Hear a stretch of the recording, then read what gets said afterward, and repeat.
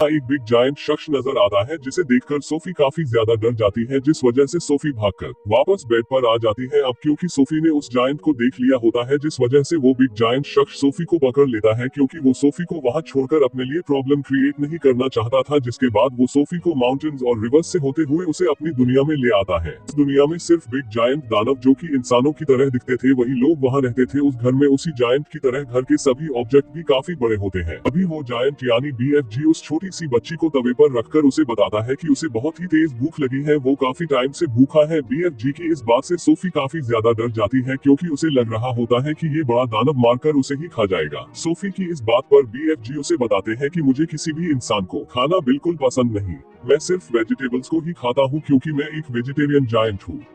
लेकिन सब मेरे ही जैसे नहीं है। दानव की इस दुनिया में कुछ ऐसे भी जायंट हैं जो कि मुझसे भी काफी ज्यादा बड़े और काफी ज्यादा ताकतवर हैं, लेकिन उन्हें मेरी ही तरह वेजिटेबल्स को खाना बिल्कुल भी पसंद नहीं है। वो सिर्फ इंसानों का मीट ही खाना पसंद करते हैं। तभी सोफी BFG से बताती है कि अगर तुम्हें इंसानों का मीट खाना पसंद नहीं है तो फिर तुम मुझे यहाँ पर क्यों लाए हो।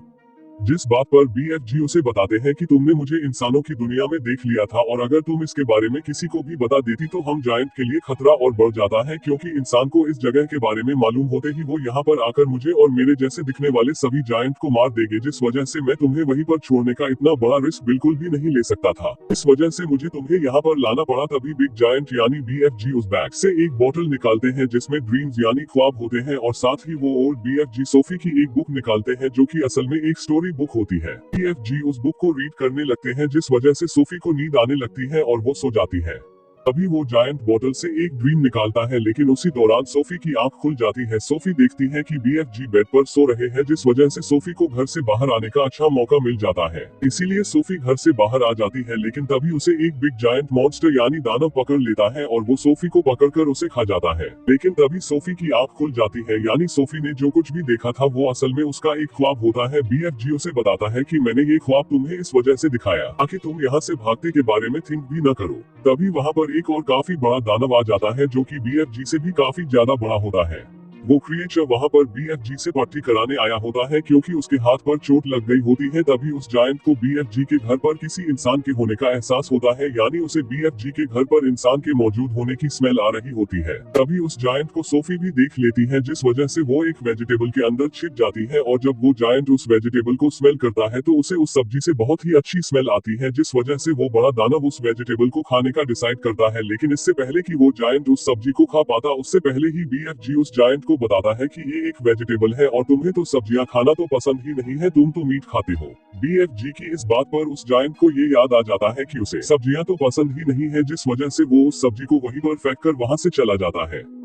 BFG सोफी को बताता है कि उसे काम से कहीं बाहर जाना है, इसीलिए वो सोफी को घर पर ही रहने का कहता है और वो वहां से जाने लगता है। लेकिन तभी सोफी भी उसके साथ जाने का कहती है। BFG सोफी को काफी समझाता है कि बाहर बहुत ही ज्यादा खतरा है, इसीलिए वो उसे बाहर नहीं ले जा सकता है, लेकिन सोफी उसकी कोई भी बात नहीं मानती है, जिस वजह से BFG को उसे अपने साथ लेकर जाना पड़ता है। बाहर बहुत सारे बड़े और विशालकाय दानव होते हैं जो कि गहरी नींद में होते हैं, लेकिन जब वो जायंट वहां से जा रहा होता है तो वो लोग उसे पकड़ लेते हैं और उसे काफी परेशान करने लगते हैं, क्योंकि वो जायंट उन सबके जितना बड़ा और ताकतवर नहीं था। लेकिन तभी वहां अगले ही पल बारिश होने लगती है, जिस वजह से वो जायंट वहां से भागने लगते हैं, क्योंकि उन सबको पानी से बहुत ही ज्यादा डर लगता था। बाद में किसी तरह सोफी और वो जायंट वहां से निकल जाते हैं और वो दोनों अपने सफर की तरफ बढ़ने लगते हैं। BFG और सोफी एक ट्री के पास आ जाते हैं जहाँ पर एक रिवर होती है, और अगले ही मिनट BFG और सोफी उस रिवर में जंप लगा देते हैं, जिससे वो दोनों ड्रीम्स यानी ख्वाबों की दुनिया में आ जाते हैं। ट्री से ड्रीम्स ड्रॉप्स के फॉर्म में गिरते थे। BFG और सोफी दोनों मिलकर काफी सारे ड्रीम्स को पकड़ लेते हैं, और इसके बाद वो दोनों ह्यूमंस यानी इंसानों की दुनिया में आ जाते हैं, जहां BFG बच्चों को अच्छे ड्रीम्स दिया करता था ताकि वो ड्रीम्स की हेल्प से ही सही, लेकिन वो उन्हें खुश करना चाहता था। लेकिन तभी सोफी को याद आता है कि उसका ब्लैंकेट उसके पास नहीं है, यानी सोफी का ब्लैंकेट जायंट की दुनिया में ही है, जिस वजह से BFG उसे वापस से जायंट की दुनिया में ले जाने से इनकार कर देता है, क्योंकि अब वो दोनों